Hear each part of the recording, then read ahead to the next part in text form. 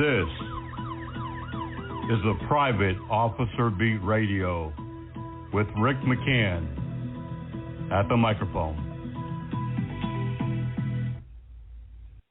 Hello, everyone, and welcome to this edition of On the Legal Side, a production of Blue Ram Media Group, LLC, and Private Officer International. On today's edition, we're going to be talking about training accidents, how easy they can occur, and how easily they can become deadly.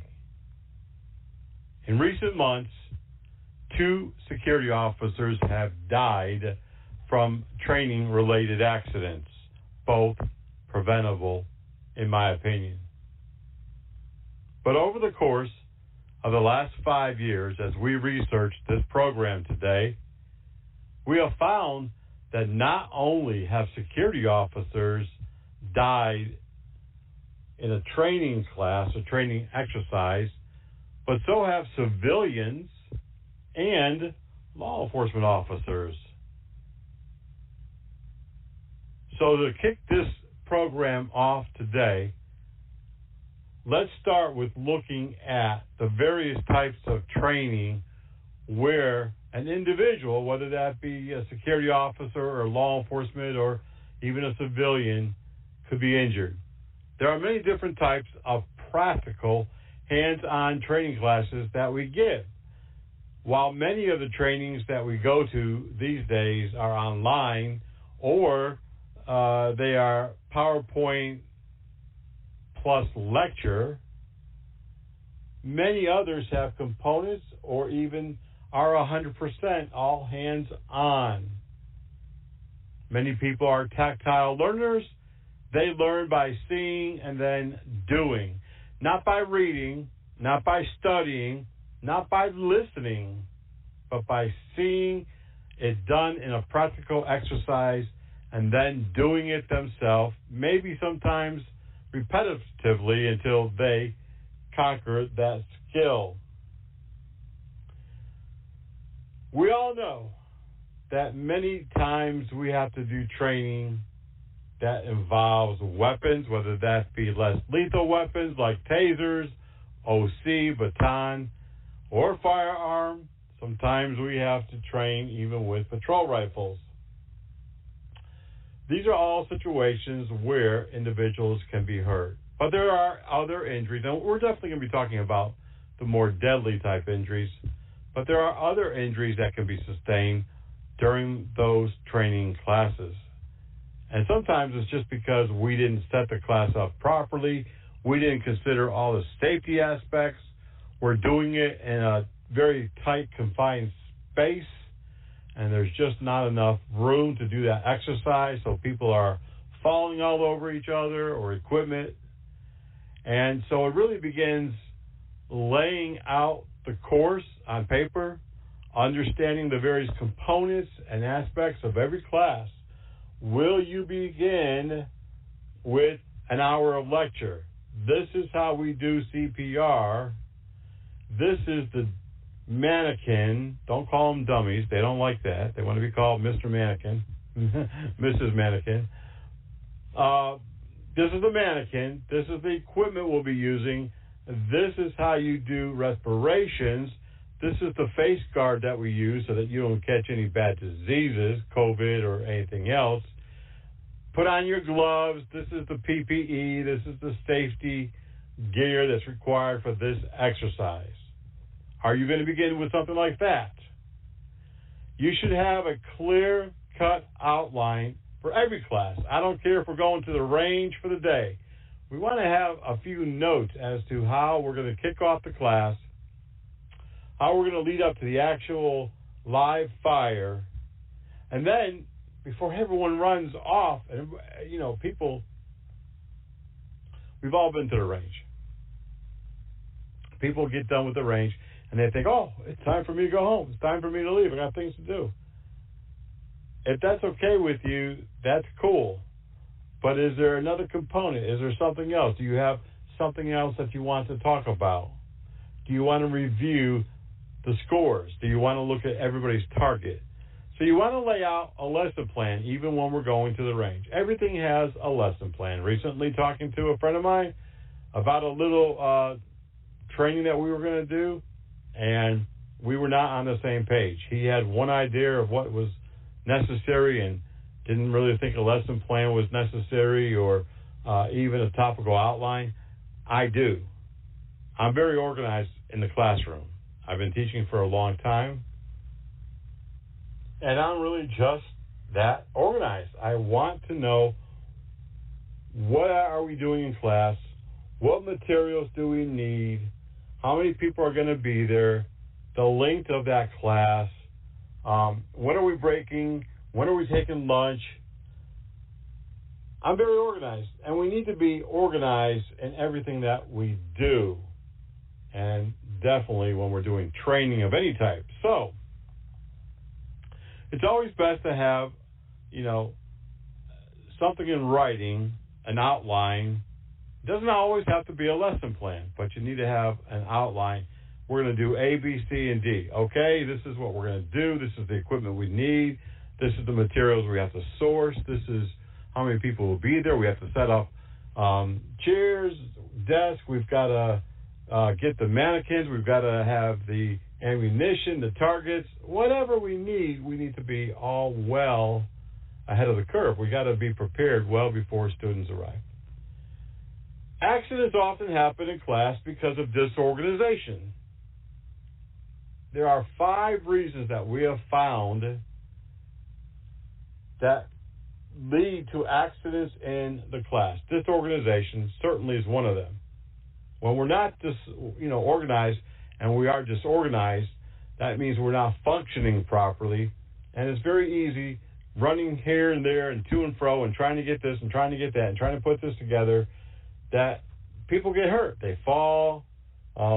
There's situations where we think that we have something all prepared. We think that we have all of our safety gear. We think that we have, everything in place, and it doesn't always work that way, especially if we're not prepared. Ever been in class and the instructor or even the teacher, high school, college level even, they didn't do their homework. They didn't do their research, and they stutter, and they and yeah, Hey, I know when someone's prepared and someone's trying to wing it. And that's okay when we're just talking about lectures, PowerPoints, conversation. But when we're talking, about practical exercises, especially where weapons, especially lethal weapons, are there, we got to know what we're doing. Now, just recently in Washington, D.C., and we announced it on the Private Officer Beat Radio. We've also announced it in our newsletters. We've talked about this in several other programs that we do. But recently, within the last few months, a District of Columbia library police officer, a special police officer, was in a baton class being taught by a retired Washington, D.C. police lieutenant. I don't know the training exercises or drills or skills that they were going through, but somewhere along the way, it went bad. It went real bad. And for some odd reason that still has not been revealed through the D.C. police investigation or media that we monitor, still no one has said what is the outcome, what happened. You see, somehow, somewhere, some why, that retired police lieutenant instructor pulled his gun and accidentally shot and killed the private Washington, D.C. library police officer. And I don't really say, I don't really believe in accidents when it comes to these type of situations. Someone was negligent. Someone did something so irresponsible that it caused someone to lose their life. I don't know. Number one, when you are in a training scenario, a training situation, and you're using, let's say that you're in this case, it was a baton training, why would you, the instructor, need to be carrying your firearm? You know that's a dangerous situation.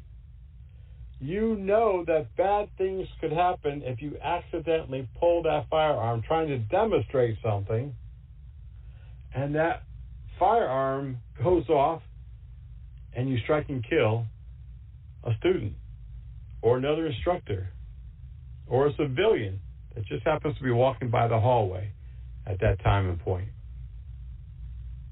I don't know. I really don't know what happened in this situation, but I want to know, because in a classroom where you're doing practical training, pepper ball, pepper spray, baton, handcuffing, you should not have your gun. You should not have a loaded firearm in the class. In fact, I don't allow students to carry a firearm in the class where we're going to be doing any practical exercises whatsoever, even if it's just handcuffing, even if it's just arrest. This is the arrest procedures. This is the takedown procedures. These are the methods of handcuffing, control techniques. I don't allow anyone to carry a firearm. Maybe in classes where it's just a PowerPoint and a lecture, that's a different story. When we come back from our first break, we're going to talk about another tragedy that occurred during an exercise with the police department that was conducting a Citizens Police Academy. And this ended very tragic as well. Remember, Private Officer International, you can read all of our news every single day, 24/7 at privateofficerbreakingnews.blogspot.com. Join us on social media for all the conversations at facebook.com/Private Officer International and on Twitter at twitter.com/Private Officer. Right now, we are looking for video. If you were in Florida and you were involved in that hurricane, we're looking for video, especially if you worked the scene. If you were on duty, please send it or contact helpdesk@privateofficer.com. Of course, we'll give you full credit. We'll be right back here on the legal side.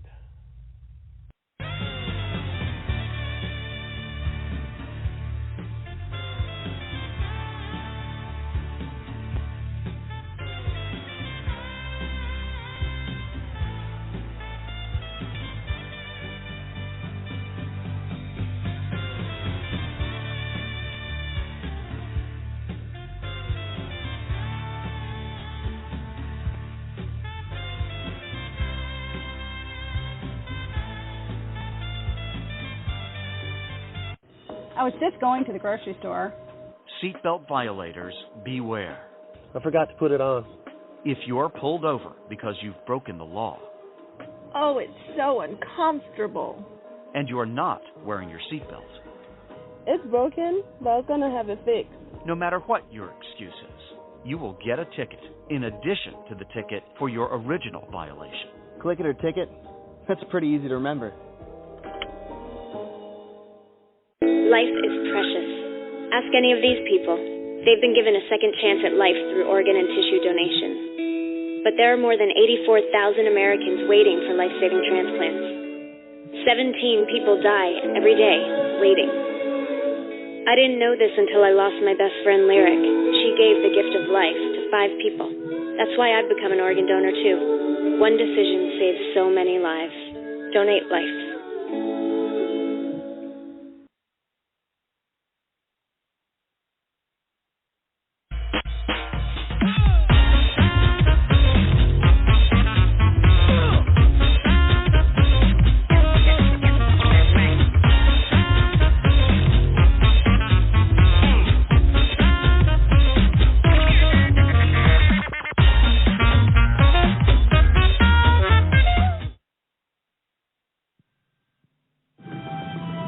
Without this woman, my father couldn't have had his hip replaced.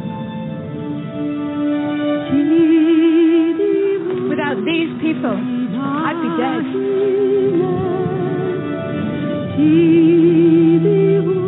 This man helped my son through leukemia.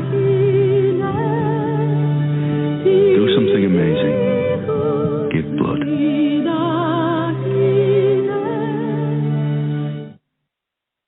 Welcome back to On the Legal Side, a production of Blue Ram Media Group, LLC, and Private Officer International, a private security and law enforcement association. I'm your host, Rick McCann, founder and CEO of Private Officer International. We're talking today about training accidents, how easy they happen. Many people are injured throughout the year during training events, and unfortunately a number are killed as well, such as the Washington, D.C. private library police officer that we just spoke about. But it wasn't more than a few years ago that I believe it was in Maryland, a police department was holding a Citizens Police Academy.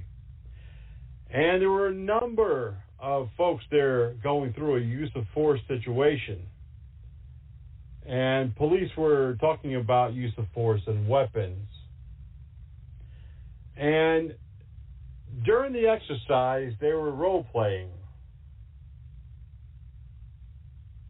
Somewhere along the way, a police officer pulled his firearm, thinking that it was a training gun, either a SIRT gun or one of those rubber plastic guns that they use for training, and accidentally or inadvertently or recklessly pulled the trigger and shot and killed a senior citizen. I believe she was around 67, maybe older, and she died. Shortly after that, a security company doing regulatory firearms training, they were out in an outdoor firing range, shooting range, and they were doing qualifications. And the instructor, I don't know why he thought this, but he thought the firearm that was laying on the bench was not loaded. It had not been used.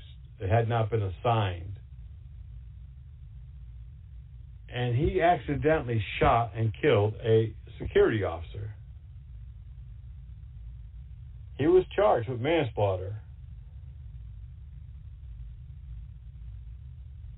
When we're using weapons of any type, when we're doing simulations or drills or scenario-based training, you should never, never, never have a loaded gun with you. Leave it in the car. Lock it up in your office. Lock it up at the training school. Don't bring it in the classroom. We have had a number of people over the years killed at live fire drills and qualifications. We've had a number of people killed accidentally when there was a gun brought in that someone thought was a training weapon. Someone I know who was also a retired police officer a number of years ago was training in Nashville, Tennessee, and for some reason he took the magazine out of a gun to show the operation of the weapon or whatever it was, and he never ejected, nor did he look to see if there was a round chambered already, and there was, and the gun accidentally went off and shot him in the finger. And he's lucky it didn't shoot him in the hand or worse, kill him. He was injured, had to call EMS. Another person that I know who also was an instructor, not a friend, not an acquaintance, but someone I know in the industry. He too was teaching a class. It was a brand new level regulatory arm class. And he too dropped the magazine from his weapon, showing the weapon and talking about the operation and so forth, and he shot himself. You may remember this video that has circulated throughout all of the internet for many years. A law enforcement officer at a school talking about gun safety and various things is bragging about how much he knows about guns and, safety and, how he makes sure that he doesn't accidentally shoot himself. But while he's talking, he does shoot himself in the leg and pretends that he didn't and continues trying to talk through it. And then he fesses up and says, yeah, I need an ambulance. I've shot myself. If you're going to have a firearm loaded with you in any type of training, it needs to remain in the holster. But more importantly, if you're doing any type of skill training, hands-on training, practical training, it needs to be left in the car. I know I don't like going any place without my firearm. I know I feel naked, especially these days, if I leave my gun behind. And I get worried if I lock it up in the car because so many firearms are taken, stolen from vehicles these days. But when doing training, there's no exception. That's what has to be done. Besides the physical injuries and sometimes even deaths, there are many other things to worry about in these situations. You could face criminal charges. You could go to prison. No, that was an accident. There are accidents that just cannot be avoided, but there are many times negligence situations where you could have prevented, but you were reckless. Reckless in your actions, reckless in your handling of the weapon, reckless in your thought process, negligent. You could face those criminal charges that could land you in prison. You could also face civil lawsuits that could bankrupt you and your business. If you are that business owner, you might be out of business if something like this were to happen. You would be hit with a judgment in court, maybe for hundreds of thousands, even millions of dollars. Juries today, they really side with the victim, with the civilian, the citizen who they believe was wronged. There are many consequences, but here's one that you may not have thought about. Whether it's a good shooting, a bad shooting, an accidental shooting, you'll never forget it. It'll never leave your mind. The bullet has left your gun. You cannot recall it. You cannot put it back in the chamber, the magazine. You cannot have a do-over. Making sure that safety is truly priority one in a training class is more important than many people really realize or really make it number one. We say safety is important. We say that we're going to do everything we can to prevent anyone from being injured, et cetera, et cetera. Make sure you put on your goggles. Make sure that you have your ear PPE on. Make sure that you have this, that, and the other thing. But you know what? We have to do more than talk. We need to be the number one. We have to make safety the number one priority in any training class. Whether it be someone who just trips over a bunch of stuff that we have in the middle of the room and gets injured, You know, I've seen times when people are injured, they break an ankle, they have cuts, all sorts of things. And if you're staying on top of the news these days, one of the big ones right now is that many recruits and many seasoned officers that are required to do physical agility tests once a year are dying of heart attacks. How can you prepare for that? How can you prevent that? I don't know. In both of these scenarios, both with the candidate, the recruit, as well as the seasoned officer who's going in for an annual, oftentimes a physical is done prior to any training. Short of having a complete battery of tests and exams on the heart, including a stress test, there's really no way that we can prepare for it. Just this year, there were 2 recruits that died during their police academy. There are lawsuits right now because they say that instructors subjected them to physical punishment. In other words, like the old days when I was in the military, if you didn't do what you were supposed to, or if you held up the class or held up the exercise, you would pay for it physically later. I don't know what's going to happen in those cases, but we have to make sure that we don't push the students to do more than they can, and we definitely cannot punish them physically, whether that be drop and give me 50 push-ups or run 2 miles, even though we can clearly see that they're not in the condition to do that. We cannot use punishment, physical punishment, as part of our training. About 3 years ago, I was a visitor at a private school, and we were talking about training some of their students in a security class that we were going to put together for them.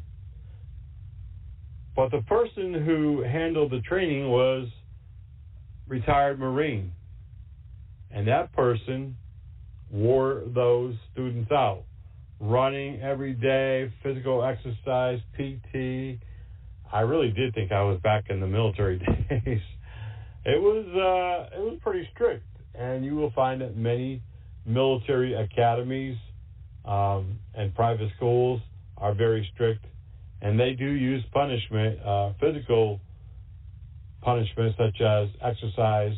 Give me 100 push-ups, give me 50 squats, and then give me 50 pull-ups, and let's run 5 miles. Well, that's a punishment to the body, and that is used sometimes in that way as a punishment. But we have to make sure as instructors that we're not punishing students and definitely not causing them to go into cardiac arrest or to be injured in any other way. Remember,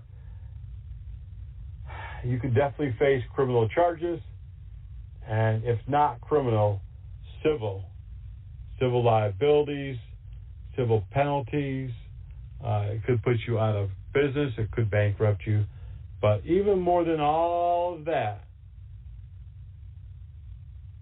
we need to be equitable. We need to be equitable to everybody. We need to be, make sure that we're not punishing anybody, and make sure that we're there with their best interests at heart. No matter what type of training you're doing, safety should be number one. You should be organized. You should have all the right safety equipment. You should have a secondary instructor, or maybe even a third, depending on the size of class, to make sure that everyone's following safety protocols, whether you're on the range or in the classroom. Number 4, and I should put this number 1 actually, no guns in the classroom, especially when you're doing any practical exercises, period. And number 5, we need to be monitoring our students, especially when we are performing physical exercises, skills, drills, scenario-based type training, making sure that they're breathing okay, making sure that they're not clutching their chest, making sure that they're not all sweaty and red and hot and about to suffer a stroke, especially, and I've seen this even with some security training, summertime, it's 95 degrees outside, extremely humid, and we're outside doing training. Is that really necessary? There's a lot of factors to take into place when you're doing training, but you really need to make safety priority 1.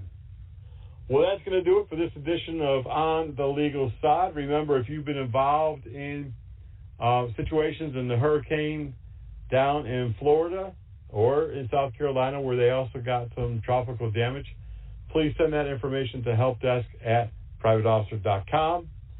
If you're not already a POI member, please go to privateofficer.org and sign up today. There's a button at the top of the first page, the landing page. You can join right now for $99. It's a special that we have held on to for years. I think everyone should join. There are many advantages and benefits included in the membership. Thanks for listening. Until the next time, y'all be blessed, stay safe, and we'll see you back here on the radio.